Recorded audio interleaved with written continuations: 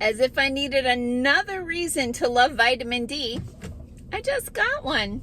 Hey, I'm Dr. Patty Barch. I'm a traditional naturopath, founder and owner of Naturally Unbridled Wellness and naturallyunbridled.com, where we focus on wellness solutions, not disease management. Excuse me. This is Down the Ridge with Dr. Patty, where I give you 7 to 10 minutes of holistic life and wellness information on my way to work. This is not medical advice. It's for entertainment purposes only. Nothing I say is true. Don't listen to me. So obviously vitamin D. Did you know the Vita in vitamin stands for vital, as in necessary for life? Vita, Latin, life. Now you're going to learn 2 things about vitamin D today. So vitamin D is known also as vitamin D, and with the mon meaning hormone, because vitamin D, while it was discovered when they were discovering a lot of vitamins, so they called it a vitamin D, but it really works like a hormone in the body, so a lot of people will call it vitamin D. Now, before I get into some of those interesting tidbits, also know that it's important, if you're taking vitamin D supplement, that you take it with a vitamin K supplement. Ideally, you're going to get a combination supplement that has vitamin D and vitamin K. The one we prefer in my office is called Roundhouse, which is a combination of vitamin D, vitamin K, vitamin A with some vitamin E. So those are all of the fat-soluble vitamins. That's called Roundhouse. We have that in my office. So vitamin D needs to be paired with vitamin K because of vitamin K's role in calcium metabolism in the body, similar to vitamin D. So we know that vitamin D helps to build strong bones, right? So that's why they fortify milk with vitamin D. But it does help to bring calcium into, bunch of turkeys up there. Does help to bring calcium into the bones, but when you take vitamin D without the appropriate ratio of vitamin K, you can get calcification in places that you don't want it. So like arteries, joints, kidneys, like you just don't want to have that happen. So I'll see when people get their vitamin D tested by their medical provider and it's really low, they'll prescribe 50,000 units of vitamin D once or twice a week with no vitamin K. It's like just another way of knowing that doctors don't really understand a lot about nutrition.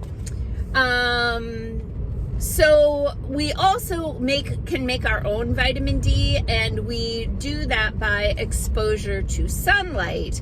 The ultraviolet sun on our skin creates a process where our skin cells will produce vitamin D. And a lot of people will be like, oh, but you can't go in the sun. So let's talk about the sun for a minute. So basal cell carcinoma and squamous cell carcinoma are the types of skin cancers that you see on places that get a lot of sunburn. So you'll see it on the nose, on this part of the face, on the ears, and then people with thin or missing hair will often get it on the top of their head, because those are areas that get sunburned. Suntan, good. Sunburn, bad. So the interesting thing about melanoma, which is a form of skin cancer,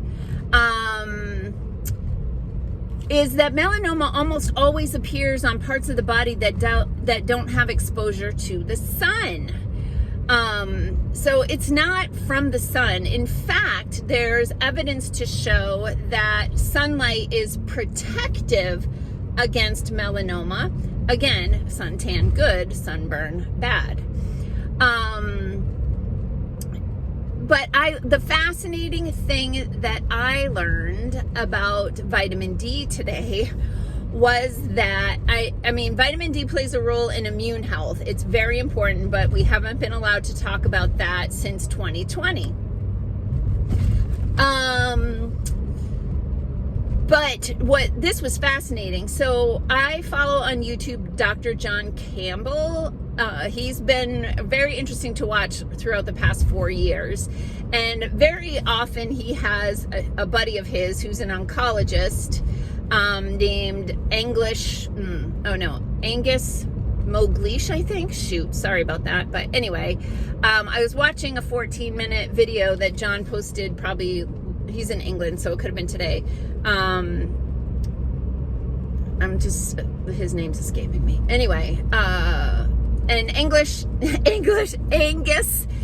is an oncologist, and he's fascinating. He's done some amazing thing with immunotherapy. Actually injects people with a specific species of bacteria, and the immune response they mount against the bacteria actually works against their cancer. It's freaking fascinating stuff.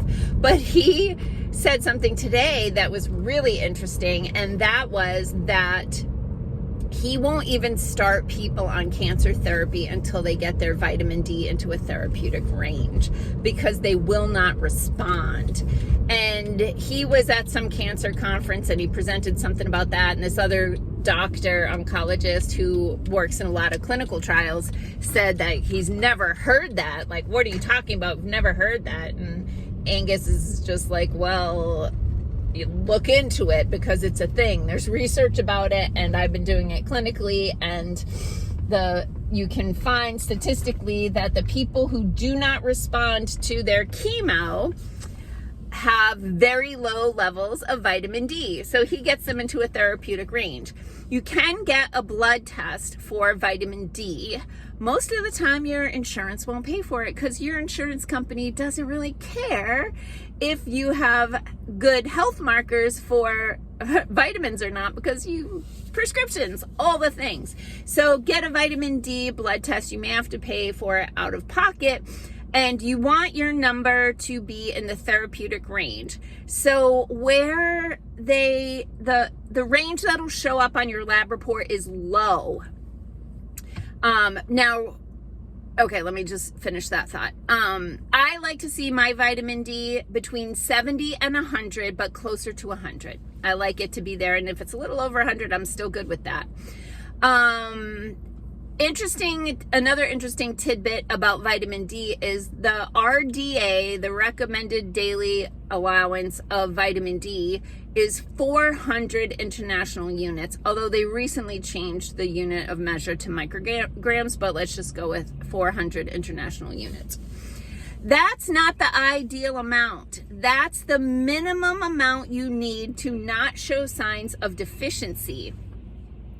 So you want to make sure that you are doing better than the minimum amount to not show signs of deficiency. Doesn't mean you aren't deficient. It means you won't show signs of deficiency.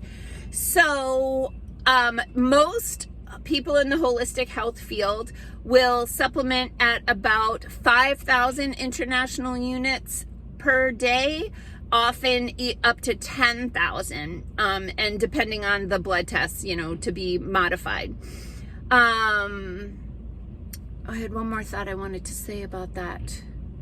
Oh, a lot of people won't supplement vitamin D during the summer because they're like, oh, it's summer and I'm outside. Yeah, but how naked are you? Because you need to have sun exposure on your trunk, right? Abdomen and back for a good 20 minutes at the high level of the sun. So most people that are out in the sun are wearing long sleeves or a shirt at all. Their trunk is covered, especially in the United States, because, you have to keep your trunk. 50% of the population has to keep their trunk covered at all times. In any event, I would recommend considering supplementing with 5,000 international units all year long, and maybe 10,000 in the winter, but a blood test really helps to narrow that down. Keep in mind that other supplements you might be taking may also have vitamin D, so take a look at the levels of all of your supplements to take into consideration where to fill in the gaps. I am heading to the City of La Crosse Employee Wellness Fair today, and I'll be introducing people to PEMF and the rest of the things we do at Naturally Unbridled Wellness. Peace out, peeps. Have a healthy day.